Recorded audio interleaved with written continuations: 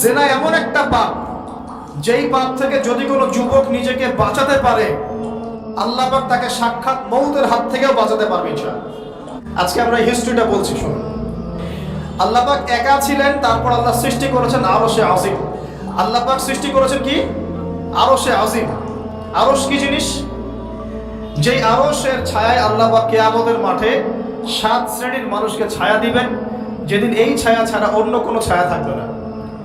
আরশটাকে একটু বুঝি। একটা হাদিসের মধ্যে নবী সাল্লাল্লাহু আলাইহি ওয়াসাল্লাম বলেছেন, নবীর নাম শুনলেই দরুদ পড়বেন, বলবেন সাল্লাল্লাহু আলাইহি ওয়াসাল্লাম। নবীজি বলছেন, দেখো এই পৃথিবী থেকে প্রথম মহাবিশ্বের দূরত্ব হচ্ছে 500 বছরের পথ। কত বছর? 500 বছর। এভাবে দ্বিতীয় মহাকাশ থেকে তৃতীয় মহাকাশ দূরত্ব 500 বছরের পথ। এইভাবে প্রত্যেক আসমানের মধ্যে দূরত্ব হচ্ছে কত বছরের পথ? 500। সপ্তম আসমানের উপরে আছে সিদরাতুল মুনতাহা। কি আছে?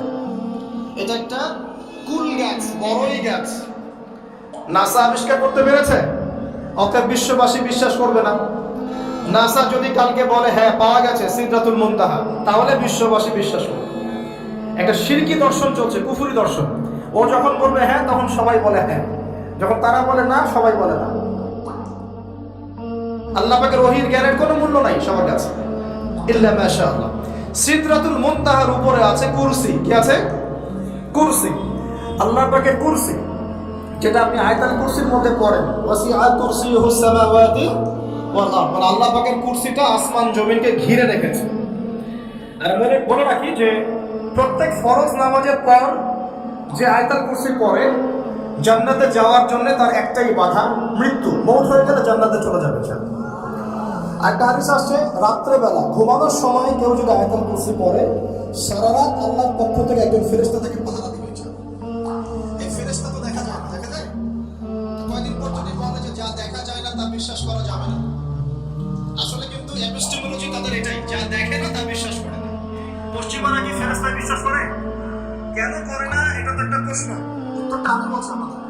কারণ তাদের গন্তব্য হচ্ছে যা চোখে দেখি না, যা পরীক্ষা নিরীক্ষা পর্যবেক্ষণে আসে না, তার কোনো অস্তিত্ব নাই। এটা ওদের ফিলোসফি অফ এডুকেশন, শিক্ষা দর্শন। এটাকে আমরা ফিলোসফি ভাষায় বলি এপিস্টেমোলজি বা জ্ঞান তত্ত্ব। জ্ঞান তত্ত্ব টিচার যারা আছে তারা বুঝবেন, তাদের জ্ঞান তত্ত্ব এমন। আর আমাদের জ্ঞান তত্ত্ব উল্টা, টোটালি ডিফারেন্ট। আমরা কি বলি? আমরা বলি ওয়াকুলিল হাক্কু মির রাব্বিকুম, সত্য আল্লাহর পক্ষ থেকে আসে। আমরা বলি যে অদৃশ্য বিশ্বাস না করা পর্যন্ত কেউ মুমিন হতে পারবে না। ইমানের কয় পিলার? ইমানের কয় পিলার? 6 পিলার। আমানতু বিল্লাহি, আল্লাহর প্রতি বিশ্বাস করলাম, ওয়া মালাইকাতিহি, তার ফেরেশতাগণের প্রতি, ওয়া কুতুবিহি, আল্লাহ পাকের আসমানি কিতাব সমূহের প্রতি, ওয়া রুসুলিহি, আল্লাহ পাকের রাসূলগণের প্রতি, ওয়াল ইয়াউমিল আখির, পরকালের প্রতি, ওয়াল কদরি খাইরিহি ওয়া শাররি, তাকদীর বা ভাগ্যে ভালো মন্দের প্রতি। এই 6টার একটাও কি চোখে দেখা যায়? আল্লাহকে দেখেছেন? ফেরেশতা দেখেছেন? আমাদের নবীকেও কি দেখেছেন? শুধু কোরআনটা আপনি চোখের সামনে দেখছেন, আর কিচ্ছু আপনি দেখছেন না। পরকাল দেখেছেন? তাকদীর ভাগ্য দেখেছেন? কিচ্ছু দেখে নাই। এই 6টা পিলারে বিশ্বাস না করতে পারলে কেউ মুমিন হতে পারবে না। পারবে? আলিফ লাম মিম যালিকাল কিতাবু লা রাইবা ফিহি হুদাল লিল মুত্তাকিন। কারা মুত্তাকি? আল্লাযীনা ইউমিনুনা বিল গায়বি। এই যে 6টা গায়েবে যারা বিশ্বাস করে, এরা হলো মুমিন, মুত্তাকি। তাহলে আমাদের জ্ঞানের ভিত্তিটা কি? আমরা অদৃশ্য বিশ্বাস করি, আর ওদের জ্ঞানের ভিত্তি হচ্ছে ওরা চাক্ষুষ যা দেখে তাতে বিশ্বাস করে। এই জায়গাতেই তো পার্থক্য জ্ঞানতাত্ত্বিক। এই কারণেই ওরা ফেরেশতায় বিশ্বাস করে না, আল্লাহয় বিশ্বাস করে না, নবী রাসূলগণে বিশ্বাস করে না। তারা বলছে আল্লাহর সন্তান আছে, নাউযুবিল্লাহ। হ্যাঁ, তারা আসমানি কিতাবে বিশ্বাস করছে না, তারা ধর্মের কনসেপ্টে বিশ্বাস করছে না। তারা পরকাল, পুনরুত্থান, হাসর, কিয়ামত, মিজান, পুলসিরাত কিছু বিশ্বাস করে না।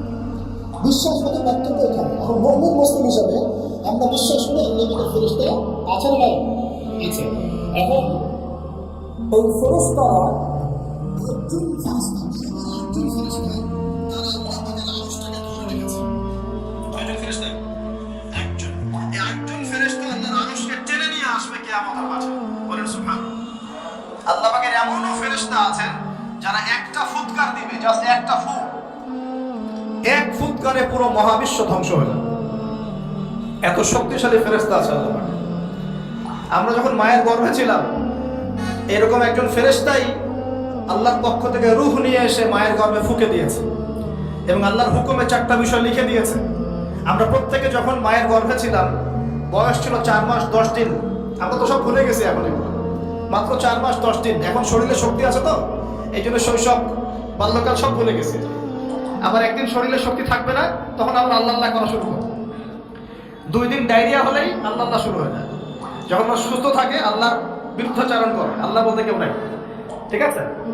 তো ওই ফেরেশতা লিখে দিয়েছেন 4টা জিনিস আল্লাহর পক্ষ থেকে। 1, সেই ব্যক্তির হায়াত কতটুকু হবে। 2, দুনিয়াতে রিজিক পাবে, কি কি রিজিক পাবে। 3 নাম্বার, তার কাজগুলো কি কি হবে, দুনিয়ায় কি কি কাজ করবে সে। আর 4 নাম্বার, তার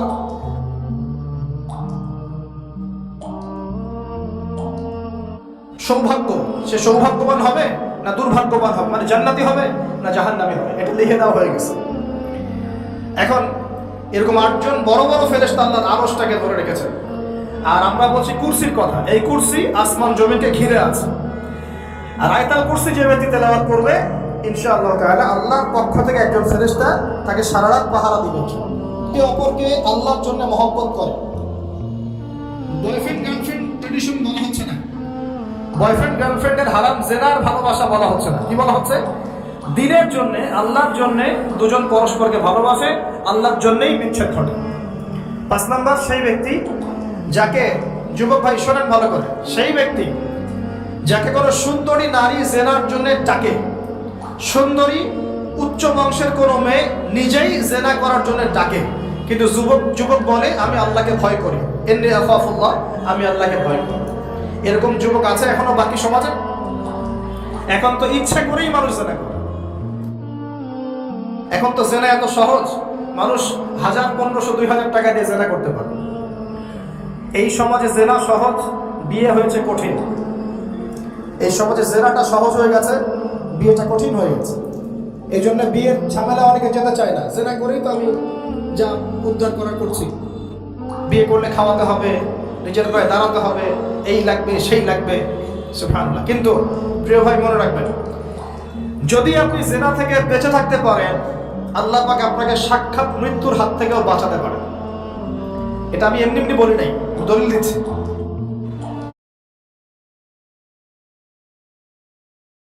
জেনা এমন একটা পাপ, যেই পাপ থেকে যদি কোনো যুবক নিজেকে বাঁচাতে পারে, আল্লাহ পাক তাকে সাক্ষাৎ মৌতের হাত থেকেও বাঁচাতে পারবে ইনশাআল্লাহ। কিভাবে? 3 বন্ধু যাচ্ছে রাস্তা দিয়ে, হঠাৎ করে ঝড়, বন্ধু 3 জন ঢুকে গেল গুহার মধ্যে। কিসের মধ্যে? গুহায়, যে পাহাড়ি এলাকায় আপনারা থাকেন যারা, গুহার মধ্যে। হঠাৎ করে পাহাড়ের পাথর দিয়ে গুহার মুখটা বন্ধ হয়ে গেল। এখন খোলার কোনো অপশন নাই। সবাই বলছে এখন 3 জন, এখন তো আমরা বের হতে পারবো না। সবাই সবার নেক আমলের ওসিলা দিয়ে আল্লাহর কাছে দোয়া করো। কিসের ওসিলা দিয়ে? নেক আমলের ওসিলা দিয়ে দোয়া করতে হয়। হাদিস, মৃত মানুষকে ওসিলা করে তার জন্য নজর মানত জবাই করে দোয়া করতে হয়। নিজের নেক আমলের ওসিলা দিয়ে আল্লাহর কাছে দোয়া করতে হয়।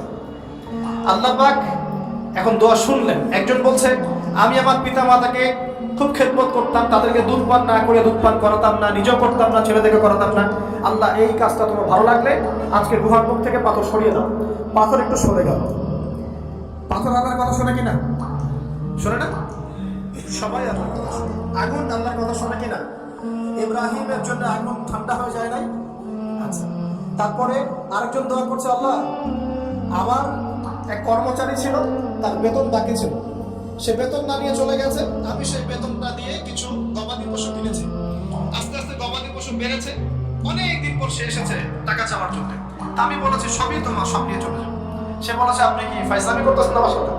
আমার টাকা আমাকে দেন। বলছে না, তোমার টাকা দিয়ে আমি এটা কিনেছিলাম, আজকে বংশবৃদ্ধি হয়েছে, সব তোমার, নিয়ে যাও।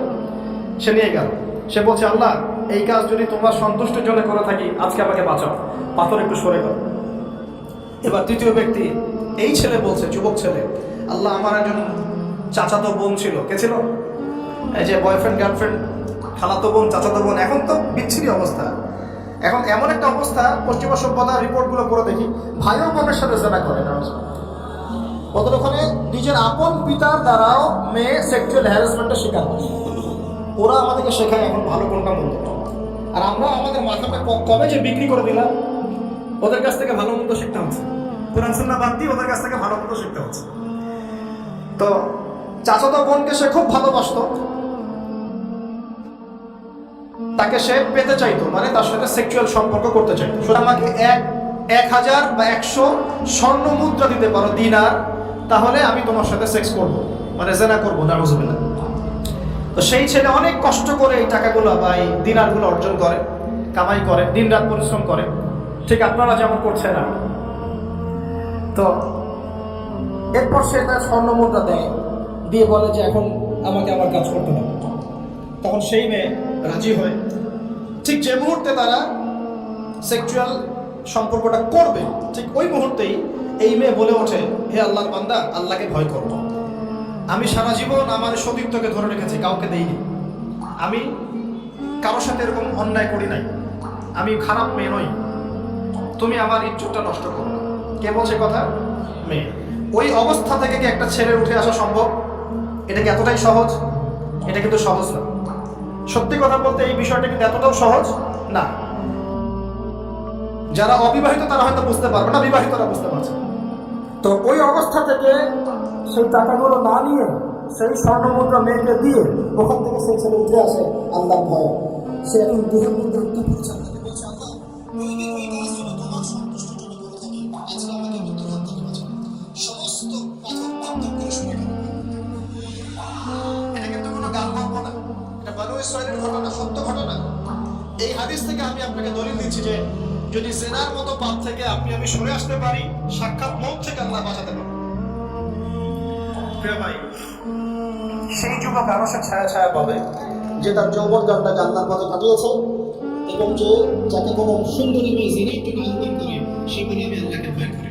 আমরা তওবা করি, আমরা কোনো প্রকার জেনার পাবে যাব না ইনশাআল্লাহ।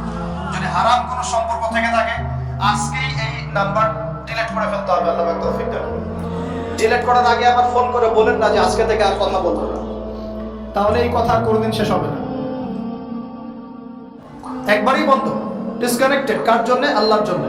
এবং এটা করার পরে আল্লাহকে বলতে হবে, আল্লাহ শুধু তোমার ভয়ে এবং তোমার সন্তুষ্টি পাওয়ার জন্য আমি জেনা থেকে বেরিয়ে আসলাম।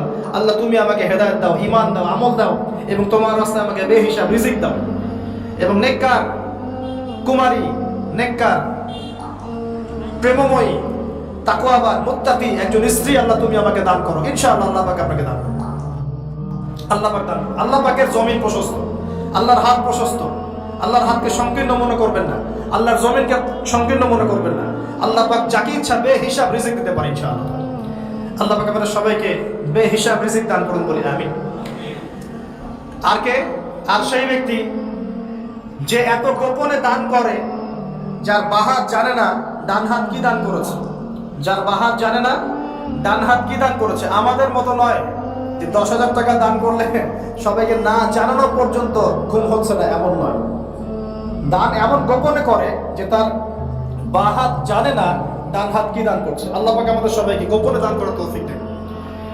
এর মানে এই না যে প্রকাশ্যে দান করা যায় না, প্রকাশ্যেও দান করা যায়, অন্যকে উৎসাহিত করার জন্য প্রকাশ্যেও দান করা যায়, কিন্তু গোপন দান আল্লাহর কাছে অনেক বেশি পছন্দের।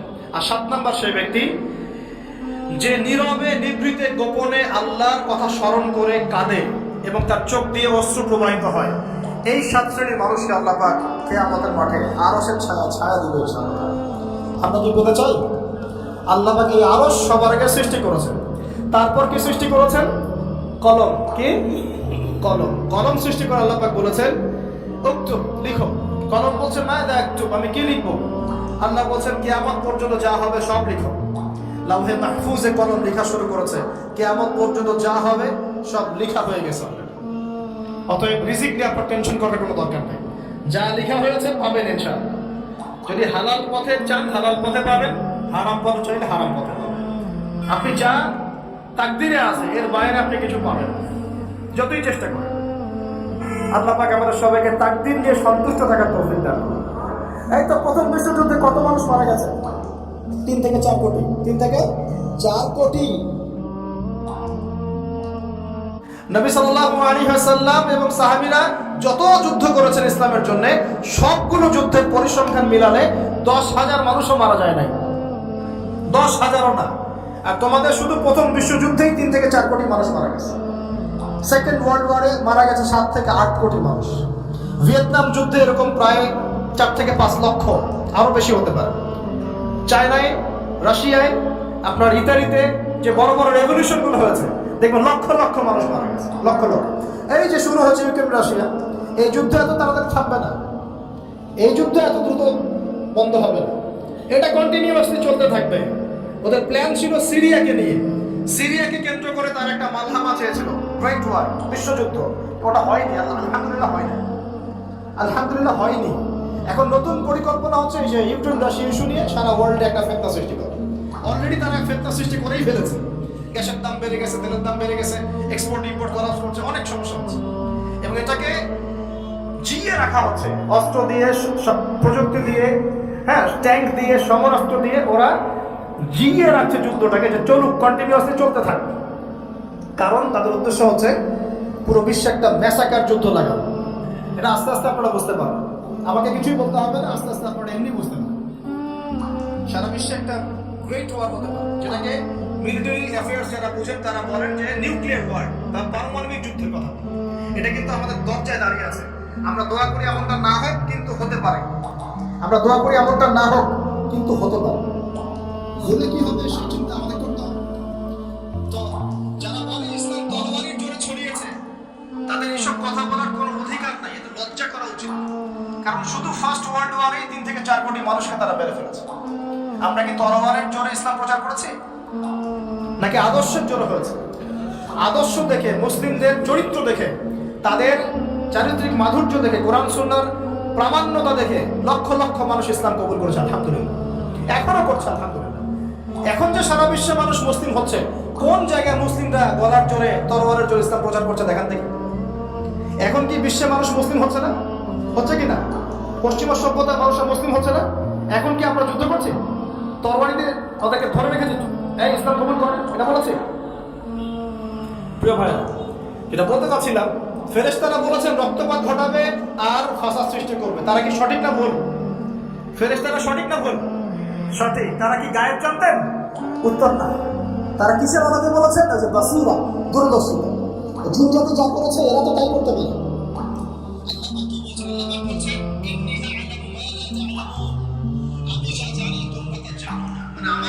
অনেক শুকরগুজার বান্দা থাকবে যারা আমার আনুগত্য করবে, আমার প্রতিযোগিতা করবে। আমরা ওই বান্দাদের অন্তর্ভুক্ত হতে চাই, আল্লাহ পাক কবুল করুন বলি। এটা বলে রাখি, জান্নাতের 120টা কাতার হবে। কয় কাতার? 120 কাতার। এর মধ্যে 80টা কাতার হবে উম্মতে মুহাম্মাদের মধ্য থেকে, আলহামদুলিল্লাহ। এবার আল্লাহ পাক আদম আলাইহিস সালামকে সৃষ্টি করলেন নিজ হাতে। সূরা সাদের মধ্যে আল্লাহ পাক বলেছেন খালাকতু বিয়াদাই, আমি নিজ হাতে ওকে সৃষ্টি করেছি। আল্লাহর হাত কেমন সেটা ব্যাখ্যা করার দরকার নাই, এগুলো নিয়ে চিন্তা করতে যাবেন না। আল্লাহ পাকের মতোই, কারোর সাথে সাদৃশ্যপূর্ণ নয়। আল্লাহ পাক এবার আদম আলাইহিস সালামকে সৃষ্টি করে নাম শিক্ষা দিলেন। ওয়াল্লামা আদামাল আসমাআ কুল্লাহা, এই মহাবিশ্ব যত জ্ঞান আল্লাহ পাক আদম আলাইহিস সালামকে শিক্ষা দিলেন। বলেন সুবহানাল্লাহ। এখান থেকে দলিল পেলাম আমাদের পিতা বানর থেকে হয় নাই, আমাদের পিতাকে আল্লাহ পাক সৃষ্টি করেছেন। আমাদের পিতাকে কে সৃষ্টি করেছেন? আল্লাহ রাব্বুল আলামিন। তাও আবার নিজ হাতে, মানে কি? ভালোবাসা দিয়ে, ভালোবেসে, মহব্বতের সাথে। এই খলাকতু বিয়াদাই, আমি নিজ হাতে সৃষ্টি করেছি, এই কথা মানুষ ছাড়া, আদম আলাইহিস সালাম ছাড়া অন্য কারোর জন্য আল্লাহ পাক বলেন নাই। অন্য সবার জন্য আল্লাহ পাক বলেছেন ইদা আরাদা শাইআন আইয়াকুলা লাহু কুন ফায়াকুন। যখন আল্লাহ পাক কিছু করতে চান খালি বলেন কুন হও, ফায়াকুন, হয়ে যায়। ওখানে আল্লাহ পাক বলেন নাই সাগর সৃষ্টি করেছে হাত দিয়ে, এই গ্রহ নক্ষত্র সৃষ্টি করেছে আমার হাত দিয়ে, আল্লাহ পাক এমনটা বলেন নাই। আদম আলাইহিস সালামকে আল্লাহ পাক কত মহব্বত করেন, আল্লাহ পাক বলছেন যে আমি তাকে আমার নিজ হাতে সৃষ্টি করেছি। আর আজকে তোমরা শেখাচ্ছ মানুষকে, আস্তাগফিরুল্লাহ, যে মানুষ বানর থেকে হয়েছে। কত বড় কুফরি, কত বড় শিরক, কত বড় লজ্জা। নিজের সম্মান মানুষ নিজেভাবে নষ্ট করতে পারে, নিজের সম্মান নিজে নষ্ট করতে পারে। আমাদেরকে আল্লাহ সৃষ্টি করেছেন আদম আলাইহিস সালাম থেকে। তারপরে যান, শুধু সৃষ্টি করেন নাই, আল্লাহ পাক সমস্ত নাম শিক্ষা দিয়েছেন। নাম মানে এখানে শুধু নাম, মঙ্গল, নেপচুন, প্লুটো এগুলো না। নাম মানে হচ্ছে জ্ঞান। নাম মানে কি? জ্ঞান। একটা এক্সাম্পল দেই, যখন আপনি বাচ্চাকে বলেন যে A for Apple, A for কি? অ্যাপল যে শেখাচ্ছেন, অ্যাপল বলতে কিন্তু সে শুধুমাত্র একটা ওয়ার্ড শিখে না, ও কিন্তু শিখে অ্যাপল মানে একটা এমন কিছু যেটা খেতে হয়। কি করতে হয়? খেতে হয়। যখন আপনি শেখান এ ফর অ্যান্ট, ও বুঝতে পারে অ্যান্ট হচ্ছে একটা সৃষ্টি, এটা চলাচল করে কালো কালো দেখতে, ও কিন্তু মাথার মধ্যে ওটা ছবি এঁকে নেয়। তো এটা নাম মানে শুধু নাম না, জ্ঞান। আল্লাহ পাক আদম আলাইহিস সালামকে সমস্ত জ্ঞান শিক্ষা দিলেন। আল্লামাল ইনসান মা লাম ইয়ালাম, আল্লাহ বলেন আমি মানুষকে সেই জ্ঞান শিক্ষা দিয়েছি যা মানুষ জানতো না। মানে আমরা সৃষ্টিগতভাবে জ্ঞানী ছিলাম না, আল্লাহ পাক জ্ঞান শিক্ষা দিয়েছেন। কোন জ্ঞান শিক্ষা দিয়েছেন? যে জ্ঞান ফেরেশতাদেরও ছিল না। বলেন সুবহানাল্লাহ। আল্লাহ পাক জ্ঞান শিক্ষা দিয়ে ফেরেশতাদের সামনে নিয়ে গিয়ে বলছেন তোমরা এই নামগুলো বলো দেখি। ফেরেশতারা বলছেন লা ইলমা লানা ইল্লা মা আল্লামতানা, আল্লাহ আমাদের তো সেই জ্ঞান নাই, যা আপনি শিখিয়েছেন অতটুকুই জানি, এর বেশি জানি না। এবার আল্লাহ পাক বলছেন ইয়া আদম আম্বিহুম বিআসমাইহিম, আদম তুমি সব নাম বলে দাও দেখি। আদম আলাইহিস সালাম সমস্ত নাম ধর করে সব বলে দিলেন। আমাদের পিতা জ্ঞানী ছিলেন না? ছিলেন না। আল্লাহ পাক নিজে তাকে জ্ঞান শিক্ষা দিয়েছে। আর আমরা বলছি মানুষ আস্তাগফিরুল্লাহ অন্য প্রাণী থেকে আসছে। সুবহানাল্লাহ, কত অদূরদর্শী মানুষেরা, কত সুদূর প্রসারী একটা কুফরি মতবাদ। এবার আল্লাহ পাক আদম আলাইহিস সালামকে বলছেন তুমি নাম বলে দাও, তিনি সব নাম বলে দিলেন। এবার গিয়ে আল্লাহ পাক ফেরেশতাদেরকে বলছেন এবার তোমরা একটা কাজ করো। ইয কুলনা লিল মালাইকাতি ইসজুদু লিআদম, তখন আল্লাহ পাক বলছেন যে আমি ফেরেশতাদেরকে বললাম তোমরা সবাই এখন আদমকে সিজদা করো। বলে সুবহানাল্লাহ, কত সম্মান আমাদের পিতা। মহাবিশ্বে ফেরেশতাদের সামনে আল্লাহ পাক তাকে সিজদা করালেন ফেরেশতাদেরকে দিয়ে। ফাসাজাদু, সবাই সিজদা করলো, ইল্লা ইবলিস। কে সিজদা করলো না? ইবলিস। এখানে একটা বিষয় মনে রাখেন, আমাদের পিতাকে কিসের কারণে সম্মানিত করা হয়েছে? শারীরিক গঠন, চেহারার সৌন্দর্য, টাকা পয়সা, রিজিক, কোনটার কারণে? এইটাই মনে রাখবেন। মুসলিম উম্মাহ যদি আজকে সারা বিশ্বের নেতৃত্ব দিতে চায়, সবাইকে জ্ঞানী হতে হবে, জ্ঞানের বিপ্লব ঘটাতে হবে। বলেন সুবহানাল্লাহ, বলেন আমিন।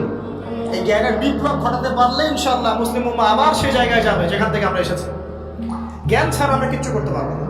আর এই জ্ঞান মানে শুধু একমুখী শিক্ষা নয়, জেনারেল শিক্ষা, ইসলামিক শিক্ষা, এই দুটাকে হারমোনিয়াসলি কম্বাইন্ড করতে হবে, করে এমন জ্ঞান অর্জন করতে হবে যে জ্ঞান দিয়ে বিশ্বকে আমরা চ্যালেঞ্জ করতে পারি। এটাই এই বিশ্বের সবচেয়ে বড় চ্যালেঞ্জ এখন, মুসলিমদের সবচেয়ে বড় চ্যালেঞ্জ এখন এটাই। ইসলামিক শিক্ষা এবং জেনারেল শিক্ষাকে একত্রিত করে এমন প্রজন্ম তৈরি করা যে প্রজন্ম আগামী দিনে উম্মাকে নেতৃত্ব দেবে। এই একটা কাজ যদি কেউ করে যেতে পারে, আল্লাহ পাক তৌফিক দেখ, আমরা দোয়া করে আল্লাহ পাক এমন নেতা আমাদের উপরে নিয়ে আসুক যারা এরকম প্রজেক্ট লঞ্চ করতে পারে। বলেন আমিন। দোয়া করতে কোনো সমস্যা? অথবা যদি কেউ হাত না ধরে, আল্লাহ পাক যেন এমন কিছু মানুষ তৈরি করে দেন যারা এই জ্ঞানতাত্ত্বিক বিপ্লব নিয়ে কাজ করবে ইনশাআল্লাহ। এটা সবচেয়ে ইম্পর্টেন্ট কাজ এখন, না হলে আজকে থেকে 20-30 বছর পরে এই প্রজন্মকে আপনি আর খুঁজে পাবেন। দেখবেন এমন প্রজন্ম চলে আসছে যারা বলবে আল্লাহর সাথে আমাদের কোনো সম্পর্ক নাই, নামাজ পড়বে না, রোজা রাখবে না, যাকাত দিবে না, আল্লাহকে চিনবে না। দেখে নিন, আমরা দোয়া করি এমনটা না হোক, কিন্তু যদি আমরা হাত ছেড়ে দিই এখন এমনটাই হবে সব। এটা খিদিরের দৃষ্টিভঙ্গি দিয়ে আপনাদেরকে বললাম, জ্ঞানতাত্ত্বিক রেভলিউশন দরকার। যদি কেউ কোনো উদ্যোগ না গ্রহণ করে, অ্যাটলিস্ট বাসায় পারিবারিকভাবে হলেও আপনাকে শেখাতে হবে সন্তানকে, কোনো অপশন নাই। এবার ফাসাজাদু, সবাই সিজদা করেছে ইল্লা ইবলিস। ইবলিস করে নাই। কেন করছে না? ইবলিসের সমস্যাটা কি? ইবলিসকে আল্লাহ পাক জিজ্ঞাসা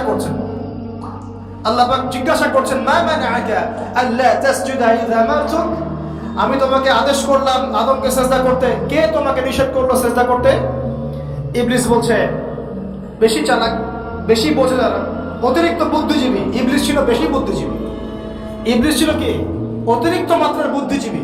আচ্ছা না, আমাদের সমাজের এরকম কিছু মানুষ, ও বলছে খালাকতানি মিন নার, আমাকে সৃষ্টি করেছেন আগুন দিয়ে, আগুন তো সুপিরিয়র মাটির চাইতে। ওয়া খালাকতাহু মিন তিন, আর আপনি এই আদমকে সৃষ্টি করেছেন মাটি থেকে, কাদা মাটি দিয়ে, আমি কেন আদমকে সিজদা করতে যাব? যুক্তি, অতি যুক্তিবাদী, অতি বুদ্ধিমান।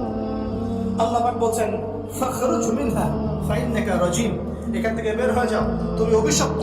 ফাইন্না আলাইকা লা'নাতা ইলা ইয়াউমিদ্দিন, আমার আদেশ লঙ্ঘন করার কারণে কিয়ামত পর্যন্ত তোমার উপর লানত, অভিশাপ বসে। আল্লাহ পাক তাড়িয়ে দিলেন, একদম থ্রোন অ্যাওয়ে। আমরা বলি না আউযু বিল্লাহি মিনাশ শাইতানির রাজিম, রাজিম শব্দের মানে হচ্ছে বিতাড়িত, থ্রোন অ্যাওয়ে, কার্সড, যাকে অভিশাপ করা হয়েছে। এবার ভালো করে শোনেন প্রিয় ভাই, ইবলিসের এই স্টেটমেন্টগুলো শোনেন। এবার ইবলিস বলছে রব্বি আনজিরনি ইলা ইয়াউমি ইউবআসুন। এই স্টেটমেন্টটা ভালো করে শুনেন। ইবলিস বলছে রব্বি, হে আমার রব। ইবলিস বলছে রব্বি, হে আমার রব। ইবলিস বলছে রব্বি, হে আমার রব, আমাকে অবকাশ দিন, আনজিরনি, আমাকে অবকাশ দিন, ইলা ইয়াউমি ইউবআসুন, কিয়ামত দিবস পর্যন্ত। ইবলিস আল্লাহকে বিশ্বাস করে কি করে না? ইবলিস আস্তিক না নাস্তিক? বলেন। ইবলিস বলছে রব্বি। রব্বি মানে কি? হে আমার রব। রব্বি মানে রব না, রব্বি মানে আমার রব। রব্বুন মানে রব, রব্বুহু তার রব, রব্বুহুম তাদের রব, রব্বুকা মানে তোমার রব, রব্বুকুম মানে তোমাদের রব, রব্বি মানে কি? আমার রব, রব্বুনা আমাদের রব। এটা গ্রামার, বুঝতে পারছেন? ইবলিস বলছে রব্বি মানে কি? হে আমার রব, আনজিরনি, আমাকে অবকাশ দিন, ইলা ইয়াউমি ইউবআসুন, কিয়ামত দিবস পর্যন্ত। ইবলিস আস্তিক না নাস্তিক? তাহলে এখন বলেন তো, আমরা যারা দুনিয়াতে আল্লাহকে অস্বীকার করছি তারা ইবলিসের চেয়ে বড় না ছোট? দলিল দিলাম তো, নাকি এমনি এমনি বললাম? আচ্ছা, আল্লাহ পাক বলছেন যাও, ফাইন্নাকা মিনাল মুনজারিন, তোমাকে অবকাশ দেয়া হলো। কারণ কিয়ামত পর্যন্ত সময় আল্লাহর কাছে খুব বেশি কিছু না, একবারে একদিনের উপর অল্প সময়, একটা সকাল একটা সন্ধ্যা মতো। ঠিক আছে, দিলাম, যাও। এবার ইবলিস চ্যালেঞ্জ করছে। এই চ্যালেঞ্জটা আমাদের সবাইকে মনে রাখতে হবে। সারা জীবন ইবলিসের এই স্টেটমেন্টটা মনে রাখতে হবে। সেটা কি? ইবলিস বলছে ফাবিমা আগওয়াইতানি, সূরা আরাফ পড়ে দেখবেন। ইবলিস বলছে ফাবিমা আগওয়াইতানি, আপনি যে আদমের কারণে আমাকে আজকে বের করে দিলেন জান্নাত থেকে, লা বুউদান্না লাহুম সিরাতাকাল মুস্তাকিম, আমি সেই আদমের সরল পথে ওত পেতে বসে থাকবো, চুপটি খাপটি মেরে বসে থাকবো, খাপটি মেরে ওর জন্য বসে থাকবো। আর সুম্মা লাতিয়ান্না মিন বাইনি আইদিহিম, আমি অবশ্যই তার সামন থেকে আসবো। সুম্মা লাতিয়ান্নাহুম মিন বাইনি আইদিহিম, আমি আদম সন্তানদের সামন থেকে আসবো, সামন থেকে মানে সরাসরি ওয়াসওয়াসা দিব। ওয়া মিন খালফিহিম, পেছন থেকে আসবো মানে পিছন থেকে ওয়াসওয়াসা দিব। ওয়া আন আইমানিহিম, ডান দিক থেকে ওয়াসওয়াসা দিব। ওয়া আন শামাইলিহিম, বাম দিক থেকে আসবো। ওয়া লা তাজিদু আকসারাহুম শাকিরিন, আপনি বেশিরভাগ আদম সন্তানকে শুকরগুজার পাবেন না। ইবলিস ঠিক বলেছে না ভুল বলেছে? বেশিরভাগ মানুষ নামাজ পড়ে না, বেশিরভাগ মানুষ সুদ খায় কি খায় না, বেশিরভাগ মেয়ে এখন বেপরদায় চলে কি চলে না, বেশিরভাগ মানুষ এখন অন্যায় করে কি করে না, বেশিরভাগ মানুষই আল্লাহ থেকে দূরে চলে। ইবলিস কিন্তু ঠিকই বলেছে, ঠিক বলে না? আচ্ছা, আল্লাহ পাক বলছেন ঠিক আছে যাও, তোমার চ্যালেঞ্জ তোমার জায়গায়, তবে আমার বান্দারা যদি সারা জীবন অন্যায় করার পরে একবার যদি একটাবার মন থেকে তাওবাতুন নাসুহা মানে প্রকৃত তওবা করে, খালেস তওবা করে, আল্লাহর কাছে ফিরে আসবে, আস্তাগফিরুল্লাহাল্লাযী লা ইলাহা ইল্লা হুয়াল হাইয়ুল কাইয়্যুম ওয়া আতুবু ইলাইহি, বা আমার কাছে একটাবার যদি মাফ চায়, ক্ষমা চায়, তার সারা জীবনের গুনাহ আমি মাফ করে দেব ইনশাআল্লাহ। আর কি চাই? ওই যে বললাম না, আমাদেরকে ভালোবেসে আল্লাহ সৃষ্টি করেছেন। এবার ইবলিস চলে গেল, আর আদম আলাইহিস সালামের পাঁজর থেকে আল্লাহ পাক সৃষ্টি করলেন হাওয়া আলাইহিস সালাম। বলে সুবহান। কারণ সঙ্গিনী ছাড়া আমরা চলতে পারবো না। পারবো? যারা চিরকুমার সঙ্গে নাম লেখাচ্ছ, এগুলো থেকে বের হয়ে আসো। এখন চিরকুমার থাকার টেন্ডেন্সি মানুষের, চিরকুমার থাকতে হবে কেন? সঙ্গী দরকার আছে কি নাই? আছে। একা একা লাগে, মানুষ একা একা চলতে পারে না। ইব্রাহিম আলাইহিস সালাম একা চলে আসছেন, তার সাথে সারা আলাইহিস সালাম ছিলেন। আমাদের নবীজি যখন একা, তার সাথে খাদিজা রাদিয়াল্লাহু আনহা ছিলেন।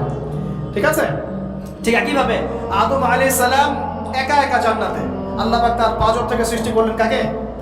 হাওয়া আলাইহিস সালাম। বলে রাখি, হাওয়া আলাইহিস সালাম ছিলেন পৃথিবীর সবচেয়ে সুন্দরী নারীদের একজন। দুজন নারীকে সবচেয়ে সুন্দরী বলা হয়। কয়জন? একজন হাওয়া আলাইহিস সালাম, আর একজন ইব্রাহিম আলাইহিস সালামের স্ত্রী সারা আলাইহিস সালাম।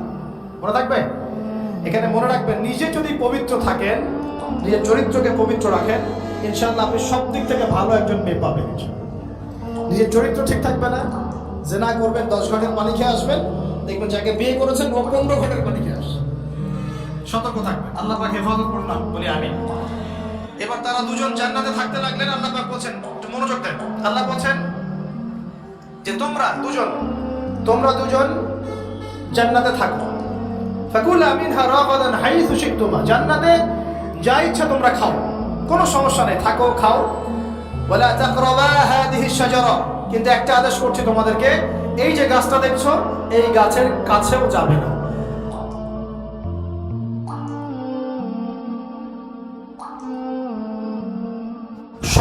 বোঝার চেষ্টা করেন। আল্লাহ পাক বলছেন না যে গাছের ফল খাবে না, আল্লাহ পাক বলছেন গাছের কাছেও যাবে না। ঠিক যেমন আল্লাহ বলছেন ওয়ালা তাকরাবু আমওয়ালাল ইয়াতীম, এতিমের মালের কাছেও যাবে না। আল্লাহ বলছেন না এতিমের মাল খেও না। আল্লাহ বলছেন ওয়ালা তাকরাবু জিনা, জেনার কাছেও যেও না। আল্লাহ কিন্তু বলছেন না জেনা করো না। ঠিক একই ভাষায় আল্লাহ পাক বলছেন ওয়ালা তাকরাবা হাযিহিশ শাজারা, তোমরা দুজন এই গাছের কাছেও যাবে না। That's all. আর কোনো সমস্যা নাই, জান্নাতে থাকো। এবার তারা জান্নাতে থাকতে লাগলেন। থাকতে থাকতে এক পর্যায়ে ইবলিস ওয়াসওয়াসা দেওয়া শুরু করলো। কি ওয়াসওয়াসা দিল যে আমাদের পিতা মাতা সেখানে চলে গেলেন? ভাবার বিষয় তো নাকি? কি এমন বললো ইবলিস যে তা আমাদের পিতা মাতা রিসিভড হয়ে গেলেন? এই কথাটা আছে সূরা তাহা। কোন সূরা?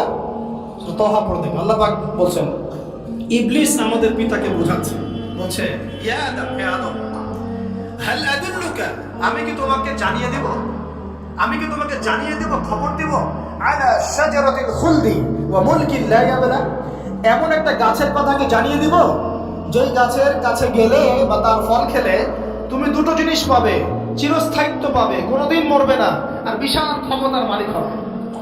অন্য আয়াতে আসছে যে তোমরা ফেরেশতা হয়ে যাবে। এই দুটো কথা। তাহলে কি প্রলোভন দিল? চিরস্থায়িত্বের প্রলোভন এবং কি অমরত্বের প্রলোভন, অমরত্ব এবং ক্ষমতা। একটু মনোযোগ দেন। এই দুনিয়াতে যারা আল্লাহর পথ থেকে বিচ্যুত হয়ে গেছে বেশিরভাগ এই দুটার ফাঁদে পড়েছে, হয় ক্ষমতার ফাঁদে, না হলে দুনিয়ার এই যে মোহ, অমরত্ব, দুনিয়ার জীবন নিয়ে পড়ে থাকা, এই দুনিয়ার প্রেমেই মানুষ নিজের পথ হারিয়ে ফেলছে। এই দুটোই হয়েছে। এক পর্যায়ে পিতা মাতা চলে গেলেন, ফল খেয়ে ফেললেন, যদিও বা ফল খাওয়ার কথাটা কোরআনে নাই, কোরআনে আছে তারা গাছের কাছে চলে গেল। কি হলো গাছের কাছে যাওয়ার পরে? ফালাম্মা যাকাশ শাজারা, ফালাম্মা যাকাশ শাজারা, আল্লাহ পাক বলেছেন যখন তারা গাছের কাছে চলে গেলেন। ভাই লক্ষ্য করেন, যখন তারা গাছের কাছে চলে গেলেন প্রথম যে ঘটনা ঘটলো বাদাত লাহুমা সাওআতুহুমা, তাদের যে কাপড় ছিল জান্নাতের কাপড়, গায়ে কাপড়টা ধাপাস করে খুলে পড়ে। এখানে যদি আপনার কাপড়টা খুলে যায় কেমন লাগবে? বা কেউ যদি জোর করে কাপড় আপনার খুলে ফেলে কেমন লাগবে? কেউ যদি 10 জন জোর করে ধরে আপনার কাপড় খুলে দেয় কেমন লাগবে? আপনি নিজের জীবনের চাইতে বেশি কাপড়টা ধরে রাখার দিকে মনোযোগী হবেন না? আমাদের পিতা মাতাকে শয়তান জান্নাতে ফেরেশতাদের সামনে নগ্ন করে দিল, কাপড় খুলে পড়ে গেল।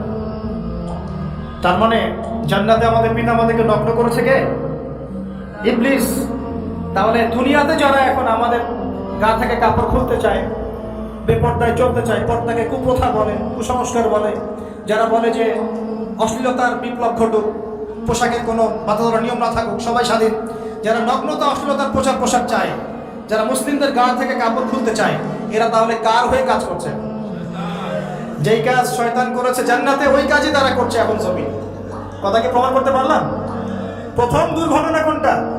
প্রথম দুর্ঘটনা এটা নয় যে তারা আল্লাহর হুকুম আহকাম ত্যাগ করেছেন, আল্লাহকে অস্বীকার করেছেন, কুফরি করেছেন, শিরক করেছেন, এগুলো হয়নি প্রথমে।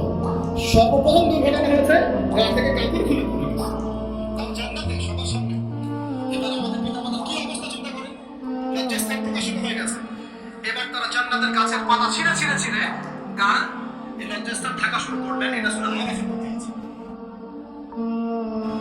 এবার আল্লাহ পাক তাদেরকে বললেন আলাম আকুল লাকুমা, আমি কি তোমাদের দুজনকে বলি নাই ইন্নাশ শাইতানা লাকুমা আদুউম মুবিন, শয়তান তোমাদের স্পষ্ট শত্রু, আমি কি তোমাদেরকে বলি নাই?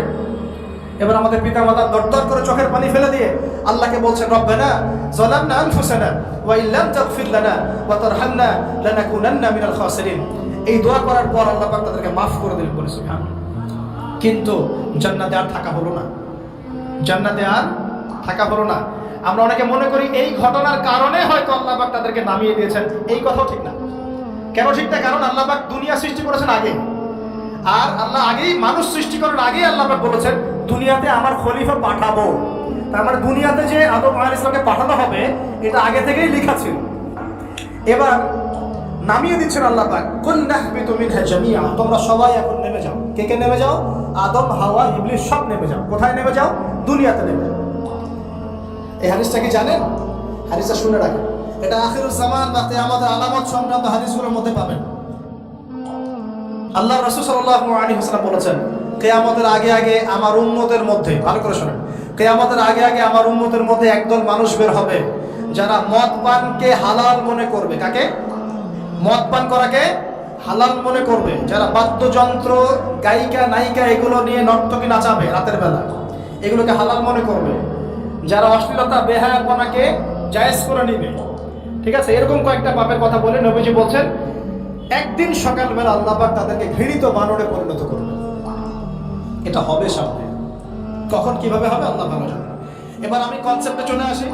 এই যে পৃথিবীতে নেমে আসলাম, তাহলে আমরা কোথা থেকে আসছি ভাই? আমরা কি পৃথিবীর অধিবাসী ছিলাম? আমরা জান্নাতে ছিলাম, ওখান থেকে আল্লাহ পাক পাঠিয়েছে। এবার পৃথিবীতে এসে আদম আলাইহিস সালামের যুগে খুব একটা দুর্ঘটনা ঘটে নাই, একটা ঘটেছে। কয়টা? একটা। ভাই হাবিলের কুরবানি কবুল হয়, কাবিলের অন্তর্দাহ হয়, জ্বালা হয়। কেন হাবিলেরটা কবুল হবে, কাবিলের কেন হচ্ছে না? এই হিংসার বশবর্তী হয়ে কাবিল হাবিলকে হত্যা করে, হত্যা করে লাশটা দাফন করার পদ্ধতিও তার জানা ছিল না। আল্লাহ কাককে পাঠালেন, কাককে দেখে সে শিখল। প্রথম দুর্ঘটনা হচ্ছে হাবিল কাবিলের দুর্ঘটনা। বলে রাখি, আজকেও নিজের ভাইয়ের বেশে বহু কাবিল মুসলিম সমাজের মধ্যে ঘুরে বেড়ায়। নিজের ভাইয়ের লেবাসে, পোশাকে, সুরতেই বহু কাবিল এখনো কিন্তু মুসলিম সমাজে ঘুরে বেড়ায়। তা আমরা কাবিলদেরকে কাবিলের পরিণতি সম্পর্কে সচেতন করতে চাই। হাবিল বলেছিল, তুমি যদি আমাকে মারতে আসো, আমি তোমাকে মারার জন্য হাত বাড়াবো না। হাবিল জান্নাতে যাবে আর কাবিল জাহান্নামে যাবে। কেন কাবিল জাহান্নামে যাবে? নবীজি বলেছেন, পৃথিবীর প্রথম হত্যাকাণ্ড সংগঠিত করেছে কাবিল। এ কারণে পৃথিবীতে যত খুন হবে, সমস্ত খুনের পাপের একটা অংশ কাবিলের আমলনামায় যোগ করা হবে। বলেন নাউজুবিল্লাহ। একটা কথা মনে রাখবেন, সদকায়ে জারিয়া যেমন আছে, গুনাহে জারিয়াও আছে। একটা মদের দোকান দিয়েছেন, যত মানুষ মদ খাচ্ছে, সমস্ত গুনার একটা অংশ আপনার কাঁধে আসছে। সিনেমা হল করেছেন, মানুষ সারাদিন একটা ছবি দেখে, একটা ছবি দেখে, যত মানুষ এখানে পাপ করবে, সমস্ত পাপের একটা অংশ আপনার কাঁধে যাবে। আবার একটা মাদ্রাসা করেছেন, যত মানুষ এখানে দ্বীনি ইলম শিখবে, এই নেকির একটা অংশ আপনি পাবেন ইনশাআল্লাহ। মরে গেলেও কবরে পাবেন ইনশাআল্লাহ। আল্লাহ পাক আমাদের সবাইকে সদকায়ে জারিয়া করার তৌফিক দেন, গুনাহের জারিয়া থেকে বাঁচিয়ে রাখুন। খুব খেয়াল রাখবেন, আল্লাহ পাক আমাদের হেফাজত করুন বলি আমি। এবার ওই যুগ শেষ, নূহ আলাইহিস সালামের যুগ। এই যুগে আল্লাহর একই সুন্নাত, নূহ আলাইহিস সালাম 950 বছর দাওয়াত দিলেন, 40টা বা 80টা পরিবার ইসলাম কবুল করেছে, বাকিরা করে নাই। যারা করে নাই আল্লাহ পাক তাদেরকে ডুবিয়ে মারলেন, যারা করেছে আল্লাহ পাক উদ্ধার করলেন। সোজা কথা। আজকে সারা পৃথিবীতে যত মানুষ আমরা বেঁচে আছি না, আমরা কোনো না কোনোভাবে ওই 80 পরিবারের সদস্য। আমরা ভাই ভাই, আমরা ওই ফ্যামিলি, 80 ফ্যামিলির অন্তর্ভুক্ত। কিরকম করে? নূহ আলাইহিস সালামের 4 সন্তান ছিল। কয় সন্তান? এক সন্তানের নাম হচ্ছে হাম। কি নাম? হাম। হাম ছিল একটু কালো বর্ণের। হামকে দিয়ে আফ্রিকার কন্টিনেন্টে যত মানুষ দেখছেন ব্ল্যাক স্কিনের, কালো স্কিন, এরা সবাই হামের বংশধর। মজা না বিষয়টা? মানুষের অস্তিত্ব পৃথিবীতে, ইতিহাস, এগুলো খুব ইন্টারেস্টিং টপিক। ইতিহাস পড়তে থাকলে আপনি ডুবে যাবেন। কত কি যে বিশ্বে হয়েছে আর কত কিছু হবে সামনে, সুবহানাল্লাহ। তখন আপনার অস্তিত্ব জানান দিবে যে আমি কত ক্ষুদ্র, মহাবিশ্ব কত বড়, আল্লাহ কত বড়, কত সময় চলে গেছে আর আমি এই সময় কি করছি। এক ভাইয়ের নাম শাম। এই শামকে কেন্দ্র করে এই আরবের যে মানুষগুলো আছে, অ্যারাবিয়ান, এরা শামের বংশধর। আরেক ভাইয়ের নাম ইয়াফাস। কি নাম? ইয়াফাস। ইয়াফাসের বংশধর হচ্ছে পশ্চিমারা, মানে রোমক যারা, তারা। আরেক ভাইয়ের নাম ছিল কেনান। কি নাম? কেনান। ঈমান নিয়ে আসে নাই, ওই যে প্লাবনে ডুবে মরে গেছে। মরে যাওয়ার পরে আদম আলাইহিস সালাম বলেছিল, আল্লাহ আমার পরিবারের অন্তর্ভুক্তকে মাফ করে দাও। আল্লাহ বলছেন, লাইসা মিন আহলিক, সে তোমার পরিবারের কেউ না। নবীর সন্তান হওয়ার পরেও ঈমান না আনার কারণে সে জাহান্নামে গেছে। আর আমরা আর কি এমন মানুষ, অমুক আলেমের সন্তান, অমুক বক্তার সন্তান, হ্যাঁ, অমুক পীরের নওয়াবজাদা, অমুক তমুক, এইসব বড়াই করে লাভ নেই। আমার আকীদা, ঈমান যদি ঠিক না থাকে, আমাদের বংশ পরিচয় আমাদেরকে বাঁচাতে পারবে, আমাদের দেশ, জাতীয়তাবাদ, বর্ণ বাঁচাতে পারবে। যার যার কবরে তাকে তাকে যেতে হবে। নিজের আমল নিয়ে ফিকির করে, নিজের কবর নিয়ে ফিকির করে, অন্যের দিকে চোখ বন্ধ করেন, আগে নিজের কবর ফিকির করেন। আল্লাহ সবাইকে তৌফিক দান করুন। যারা বুদ্ধিমান তারা নিজেকে নিয়ে ব্যস্ত থাকে, যারা অহংকার উদ্ধত, এরা মানুষের পিছনে পড়ে থাকে। আল্লাহ পাক আমাদের সবাইকে নিজের চেহারা আয়নায় দেখার তৌফিক দান করুন। প্রিয় ভাইরা, নূহ আলাইহিস সালামের যুগ চলে গেল, 950 বছর দাওয়াত দেওয়ার পরে এই পরিণতি হয়েছে। এরপরে আসছে ইব্রাহিম আলাইহিস সালামের সময়, আল্লাহ পাক তাকে উদ্ধার করেছেন, অগ্নি পরীক্ষা থেকে বাঁচিয়েছেন, নমরুদকে আল্লাহ পাক ধ্বংস করেছেন। আল্লাহ পাক এরপরে এনেছেন আদ জাতি। আদ জাতির হুদ আলাইহিস সালাম এবং তার অনুসারীদেরকে আল্লাহ পাক বাঁচিয়েছেন, বাকিদেরকে ধ্বংস করে দিয়েছেন ঝড় দিয়ে, বায়ু প্রবাহ দিয়ে। সামুদ জাতি এসেছে, সামুদ জাতিকে আল্লাহ পাক ধ্বংস করেছেন বজ্রপাত দিয়ে, বিদ্যুৎ দিয়ে। আর সালেহ আলাইহিস সালাম এবং তার অনুসারীদেরকে বাঁচিয়ে দিয়েছেন। ফেরাউনের যুগ এসেছে, আল্লাহ পাক মূসা আলাইহিস সালাম এবং বনু ইসরাঈলকে বাঁচিয়েছেন, ফেরাউনকে ডুবিয়ে মেরেছেন লোহিত সাগরে। ঈসা আলাইহিস সালামের যুগ আসছে, একই সুন্নাত। ঈসা আলাইহিস সালামকে আল্লাহ পাক শুধু রক্ষাই করেন নাই, নিজের কাছে উঠিয়ে নিয়েছেন। সুবহানাল্লাহ। তিনি আবারও আসবেন পৃথিবীতে ইনশাআল্লাহ। যতদিন না তিনি আসছেন এবং এই পৃথিবীতে 40 বছর রাজত্ব না করছেন, কিয়ামত হবে না ইনশাআল্লাহ। যতদিন পর্যন্ত ঈসা আলাইহিস সালাম আবার ব্যাক না করছেন এবং এই জেরুজালেম থেকে সারা বিশ্বে খিলাফা কায়েম না করছেন, 40 বছর শাসন না চালাচ্ছেন, কিয়ামত হবে না ইনশাআল্লাহ। এটা সামনে অপেক্ষা করছে। এবং নবী সাল্লাল্লাহু আলাইহি ওয়াসাল্লামের যুগে আবু জাহেল, আবু লাহাব বা সাইবাদেরকে আল্লাহ পাক ধ্বংস করেছেন, আল্লাহর নবী এবং সাহাবীদেরকে আল্লাহ পাক সম্মানিত করেছেন। আপনি কি পুরো হিস্ট্রির মধ্যে একটা সুন্নাত দেখতে পাচ্ছেন, কমন সুন্নাত? কি সুন্নাত? প্রত্যেক যুগে যুগে যারাই আল্লাহর ওই যে বিধান মেনে চলেছে, সমকালীন নবী রাসূলদের আনুগত্য করেছে, আল্লাহ পাকের আনুগত্য করেছে, আল্লাহ পাক তাদেরকে উদ্ধার করেছেন দুনিয়াতেও পরকালে। প্রত্যেক যুগে যুগে যারাই আল্লাহকে মানে নাই, রাসূলকে মানে নাই, আল্লাহর আসমানি কিতাবকে মানে নাই, বিরুদ্ধাচরণ করেছে, কুফরি করেছে, শিরক করেছে, আল্লাহ পাক সবাইকে ধ্বংস করে দিয়েছেন, কারো কোনো প্রমাণ নেই। এই সিলসিলা আজও অব্যাহত আছে, আগামীতেও থাকবে ইনশাআল্লাহ। এখন আমরা যারা এখন বেঁচে আছি, আমরা নবী সাল্লাল্লাহু আলাইহি ওয়াসাল্লামের ইন্তেকালের প্রায় 1450 বছর পরের মানুষ। আল্লাহর নবী এসেছেন এমন সমাজে, যে সমাজে শিরকের পাপ চলছে, সুদের পাপ চলছে, দুর্নীতি চলছে, আপনার কন্যা সন্তানকে জীবিত হত্যা করা হচ্ছে, আপনার মাদক দ্রব্যের সয়লাভ চলছে, মেয়েদের অধিকার দেওয়া হচ্ছে না, হ্যাঁ, গোত্রীয় হানাহানি চলছে। ওই সমাজটাকে তিনি 23 বছরের মধ্যে পাল্টে ফেললেন। কত বছর? 23 বছর। কিভাবে পাল্টালেন? উত্তর, তিনি প্রথমে জ্ঞানের চর্চা করেছেন। কিসের চর্চা? জ্ঞানের। আল্লাহ পাক প্রথম ওহী নাযিল করেছেন, ইকরা বিসমি রাব্বিকাল্লাযী খালাক, পড়ুন আপনার রবের নামে যিনি আপনাকে সৃষ্টি করেছেন। নবী সাল্লাল্লাহু আলাইহি ওয়াসাল্লাম সাহাবীগণ কোরআনের 6টা হক আদায় করেছেন। কয়টা হক? 6টা। তারা কোরআন পড়া শিখেছেন। আমরা সবাই কোরআন পড়া শিখবো তো ইনশাআল্লাহ। তারা কোরআন অর্থ শিখেছেন, আমরা কোরআনের অর্থ শিখবো তো ইনশাআল্লাহ। তারা কোরআনের আদেশগুলো মেনেছেন, আমরা কোরআনের সব আদেশ মানব তো ইনশাআল্লাহ। তারা কোরআনের সমস্ত নিষেধগুলো বর্জন করেছেন, আমরা নিষেধ বর্জন করবো তো ইনশাআল্লাহ। তারা কোরআনের দাওয়াত মানুষের কাছে পৌঁছে দিয়েছেন, আমরা কোরআনের দাওয়াত দিব তো ইনশাআল্লাহ। এবং 6 নাম্বার, তারা কোরআনের বিধানগুলোকে বাস্তবায়ন করেছেন, আমরাও বাস্তবায়নের চেষ্টা করবো তো ইনশাআল্লাহ। এই 6টা হক আদায়ের ফলে 23 বছরের ব্যবধানে জাহেলি মক্কা একদম সোনালী মক্কায় পরিণত হয়েছে। 23 বছর পরের মক্কায় আপনি কোনো সুদ পাবেন, কোনো শিরক পাবেন, কোনো মূর্তি পূজা পাবেন, কোনো মেয়ের অবমাননা পাবেন, কোনো জেনা, কোনো ব্যভিচার, কোনো ধর্ষণ, কিছু পাবেন? 23 বছর পরের মক্কায় কোনো পাপ পাবেন না। কিভাবে সমাজ পরিবর্তন হলো? এই কোরআনের হক আদায়ের মধ্য দিয়ে হয়েছে, নবীর সুন্নাত প্রতিষ্ঠার মধ্য দিয়ে হয়েছে। এরপর কি থেমে গিয়েছিল? উত্তর, না। এরপর আবু বকর সিদ্দিকের যুগ এসেছে, প্রায় 2 থেকে 2.5 বছর তিনি শাসন কার্য চালিয়েছেন। ওই যুগে কি মানুষ আবার খারাপ হয়ে গিয়েছিল? উত্তর, না, বরং ইসলাম আরো বেগবান হয়েছে আলহামদুলিল্লাহ। এরপর এসেছে ওমর রাদিয়াল্লাহু আনহুর যুগ। কত বছর? প্রায় 10 বছর। কত বছর? 10 বছর। এই 10 বছরে কি মুসলিমরা আবার খারাপ হয়ে গিয়েছিল? ওমর রাদিয়াল্লাহু আনহুর কোর্টের মধ্যে কি প্রতিদিন কেস আসতো? সারা বছরে একটা কেসও আসতো না। মানুষ এত ভালো ছিল, সারা বছরে একটা কেসও আসতো না।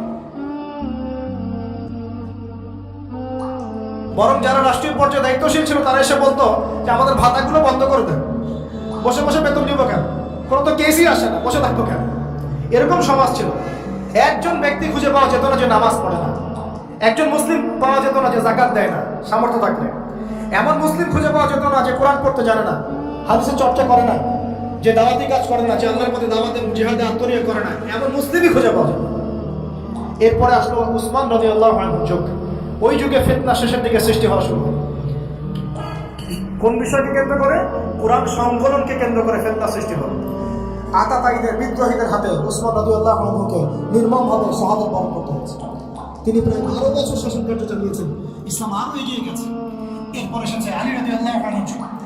আলী রাদিয়াল্লাহু আনহু খেলাফতে ওই উসমান রাদিয়াল্লাহু আনহুর ঘটনাকে কেন্দ্র করে, হত্যাকাণ্ডকে কেন্দ্র করে মুয়াবিয়া রাদিয়াল্লাহু আনহু এবং আলী রাদিয়াল্লাহু আনহু মাঝখানে একটা ব্যাটল, একটা যুদ্ধ হয়ে গেছে। এর নাম হলো সিফফিনের যুদ্ধ। কিসের যুদ্ধ? সিফফিন। যাই হোক, এক পর্যায়ে আলী রাদিয়াল্লাহু আনহুকে এরকম বিদ্রোহীদের হাতে, খারেজিদের হাতে শহীদ হতে হয়। বলেন ইন্না লিল্লাহি ওয়া ইন্না ইলাইহি রাজিউন। তারপরে হাসান রাদিয়াল্লাহু আনহু অল্প কয়েকদিন শাসন কার্য চালান। তারপর উম্মাহ ঐক্যের খাতিরে তিনি তার শাসন কার্যের ভাগটাকে মুআবিয়া রাদিয়াল্লাহু আনহুর হাতে সুপর্দ করে দেন, ছেড়ে দিলেন। মুআবিয়া রাদিয়াল্লাহু আনহুর সময় থেকে উমাইয়াদের শাসন শুরু হয়।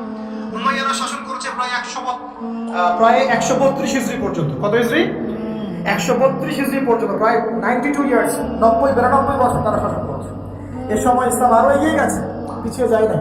ফিতনা এসেছে, দমন করা হয়েছে। মুসলিমরা বীর দর্পে বিশ্বের বুকে শাসন কার্য চালিয়েছে।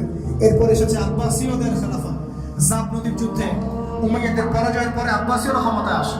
তারাও ইসলামকে এগিয়ে নেওয়ার চেষ্টা করছিল, ইসলাম এগিয়ে যাচ্ছিল, জ্ঞান বিজ্ঞানের প্রসার হচ্ছিল। আলহামদুলিল্লাহ, ইসলাম পিছিয়ে যায় নাই, মুসলিমরা পিছিয়ে যায় নাই, সারা বিশ্বে দাপটের সাথে আমরা চলেছি।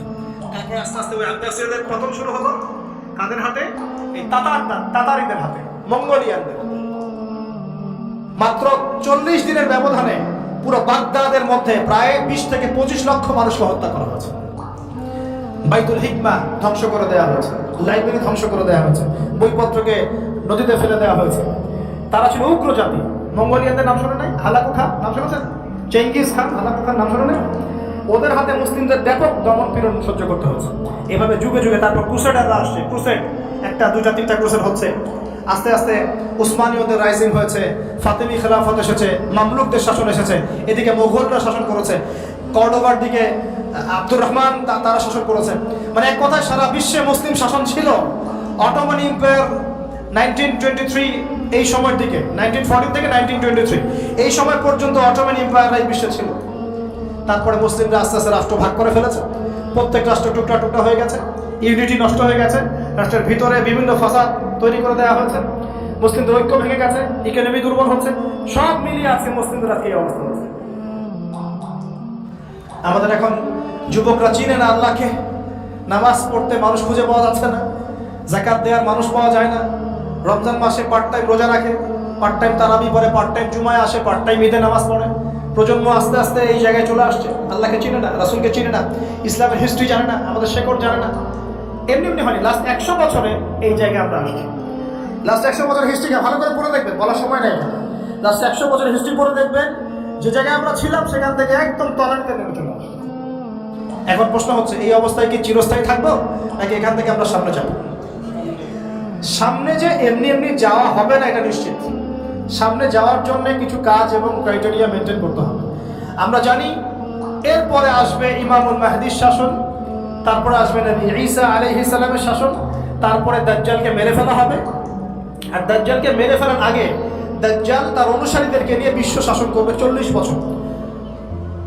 40 বছর না, 40 দিন। 40 দিন। প্রথম দিন হবে 1 বছরের সমান, দ্বিতীয় দিন হচ্ছে 1 মাস, তৃতীয় দিন 1 সপ্তাহের সমান। তারপরে দিনগুলো আমাদের দিনের মতোই। এরপর ঈসা আলাইহিস সালামের আগমনের মধ্য দিয়ে তার ধ্বংস হবে। এরপর ইয়াজুজ আর মাজুজ বের হবে। ইয়াজুজ আর মাজুজ খুব হিংস্র হবে, তাদেরকে হত্যা করার ক্ষমতা মুসলিমদের থাকবে না। মুসলিমরা তুর পাহাড়ে আশ্রয় নেবে, আল্লাহ পাকের গজবে তাদের ঘরের মধ্যে একটা ভাইরাস জন্ম নেবে, এতে তারা মারা যাবে। বড় বড় নখরওয়ালা প্রাণী আল্লাহ পাঠাবেন, পাখি, এরা এসে তাকে উঠিয়ে উঠিয়ে কোনো জায়গায় ফেলে দিবে, মহাবিশ্বের কোনো এক জায়গায় নিয়ে ফেলে দিবে। তারপর আল্লাহ বৃষ্টি বর্ষণ করবে, প্রচুর বৃষ্টি বর্ষিত হবে এবং বিশ্বের এই জমিনটা উর্বর হবে। তখন একটা ডালিম দেখেছেন? ডালিম, একটা ডালিম একটা পরিবার খাবে। একটা ডালিমের খোসার মধ্যে একটা পরিবার আশ্রয় নিতে পারবে। এত বড় বড় ফসল হবে। 40 বছর ঈসা আলাইহিস সালাম এই বিশ্বকে শাসন করবেন ন্যায়ের ভিত্তিতে, আদালতের ভিত্তিতে। ঘাটে মহিষে এক ঘাটে পানি খাবে, বাঘে মহিষে এক ঘাটে পানি খাবে, কেউ কারো উপর জুলুম করবে না। এরপর তার বিয়ে শাদী হবে, সন্তান হবে এবং তার ইন্তেকালও হবে স্বাভাবিকভাবে, এবং তাকে দাফন করা হবে নবী মুহাম্মদ সাল্লাল্লাহু আলাইহি ওয়াসাল্লামের কবরের পাশে, রওজার পাশে। এরপরে মানুষ আবার খারাপ হওয়া শুরু করবে। এতটা খারাপ হবে যে মানুষ রাস্তার মোড়ে মোড়ে জেনা ব্যভিচারে লিপ্ত হবে, না কুকুর শেয়ারের মতো। এই অবস্থায় পশ্চিম দিক থেকে সূর্য উঠবে এবং ব্যবসায়ী ব্যবসা করতে বসেছে, কাপড় খুলেছে, এই কাপড় গুটিয়ে নেওয়ার আগে কিয়ামত হয়ে যাবে। একজন ব্যক্তি পানির বোতল খুলেছে, পানি মুখে দেওয়ার আগেই কিয়ামত হয়ে যাবে। একজন ব্যক্তি বাসা থেকে বের হয়েছে, বাসায় ফেরত যাওয়ার আগে কিয়ামত হয়ে যাবে। উঠকে পানি পান করানোর আগে কিয়ামত হয়ে যাবে। ওই সময় তওবার দরজা বন্ধ হয়ে যাবে। এই ইসরাফিল আলাইহিস সালাম সিংহায় ফুঁক দিয়ে দিবেন, মহাবিশ্ব ধ্বংস হয়ে যাবে। আল্লাহ পাক দ্বিতীয় ফুৎকারের মধ্য দিয়ে আবার সবাইকে উঠাবেন এবং এই দুনিয়ার জীবনে আমরা যে কাজগুলো করেছি এর হিসাব আমাদেরকে দিতে হবে। সেদিন যদি আমরা আল্লাহর কাছে প্রত্যেকটা কাজের হিসাব দিতে পারি, কোরআন সুন্নাহর উপর থাকতে পারি, আল্লাহর বিধিবিধান মেনে চলতে পারি, এই কারাগারের জীবনে আল্লাহর বিধান মেনে চলতে পারি, ইনশাআল্লাহ যে জান্নাত থেকে আসছি আবার সেখানে ফিরে যাবো।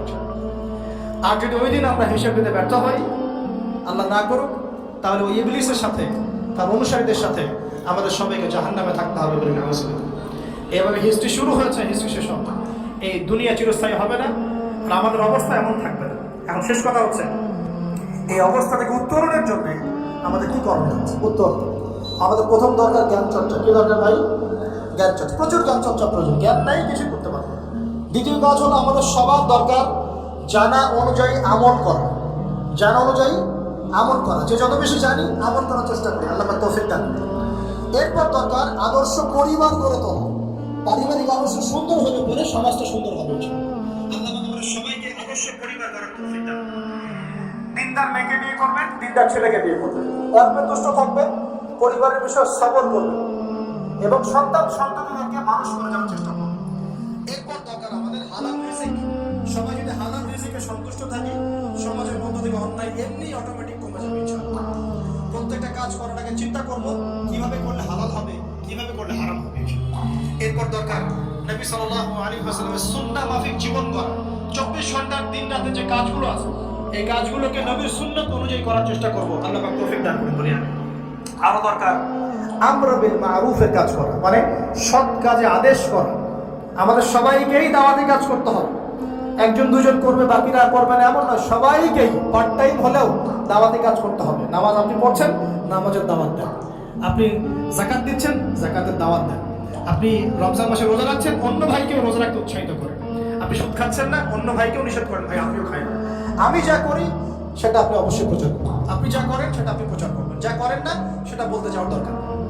তবে হ্যাঁ, আমলের কথা আপনি বলতেই পারেন। যদি আপনি তাহাজ্জুদ নিয়মিত করতে নাও পারেন, মানুষকে আপনি বলতে পারবেন তাহাজ্জুদ নামাজ পড়েন, তাহাজ্জুদ নামাজ পড়তে পড়া ভালো। ইনশাআল্লাহ আস্তে আস্তে আপনি নিজেও আমল করার চেষ্টা করবেন। আল্লাহ পাক তৌফিক দান করুন। আমর বিল মারুফ, সৎ কাজে আদেশ করতে হবে। আরেকটা হচ্ছে অসৎ কাজে নিষেধ করতে হবে।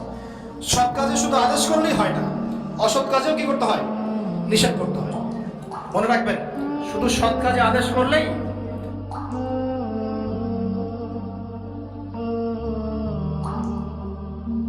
জীবনেও কোনোদিন আপনার উপর কোনো বালা মুসিবত, বিপদ আপদ, গালি তহমত আসবে না। যখন আপনি সৎ কাজে আদেশের সাথে সাথে অসৎ কাজেও নিষেধ করা শুরু করবেন, তখন চতুর্দিক থেকে আপনার উপরে বাধা আসা শুরু হবে। এটাই সুন্নাত। তবে এটা নবীর সুন্নাত। আল্লাহ পাক বলছেন, কুনতুম খায়রা উম্মাহ উখরিজাত লিন-নাস তা'মুরুনা বিল মা'রুফ ওয়া তানহাউনা 'আনিল মুনকার ওয়া তু'মিনুনা বিল্লাহ।